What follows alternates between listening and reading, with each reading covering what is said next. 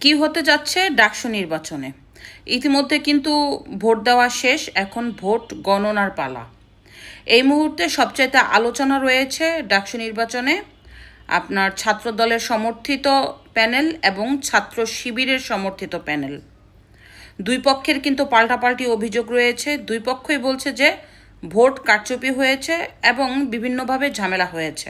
ইতিমধ্যে ছাত্রদলের নেতাকর্মীরা ডাকসুর ভিসির সম্বন্ধে অভিযোগ করেছে সে নাকি ছাত্র শিবিরের সমর্থিত লোক। যদিও এই কথাটা অস্বীকার করার কিছুই নাই।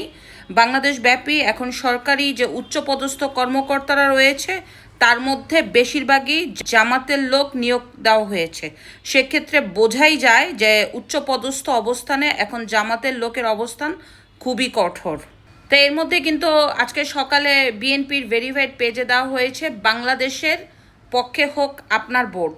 আমিও মনে করি বাংলাদেশের পক্ষে ভোট থাকা দরকার, কারণ এজন্যই যদি ছাত্র শিবির জয়ী হয়, জানি না কে জয়ী হবে, যদি ছাত্র শিবির জয়ী হয় তাহলে গুপ্ত রাজনীতির আত্মপ্রকাশ পাচ্ছে এবং আগামীর বাংলাদেশ গুপ্ত রাজনীতির দিকে যাচ্ছে। সেই সাথে আগামী বাংলাদেশ হতে পারে অন্যরকম বাংলাদেশ, যা সামনের ভবিষ্যতে দেখা যাবে।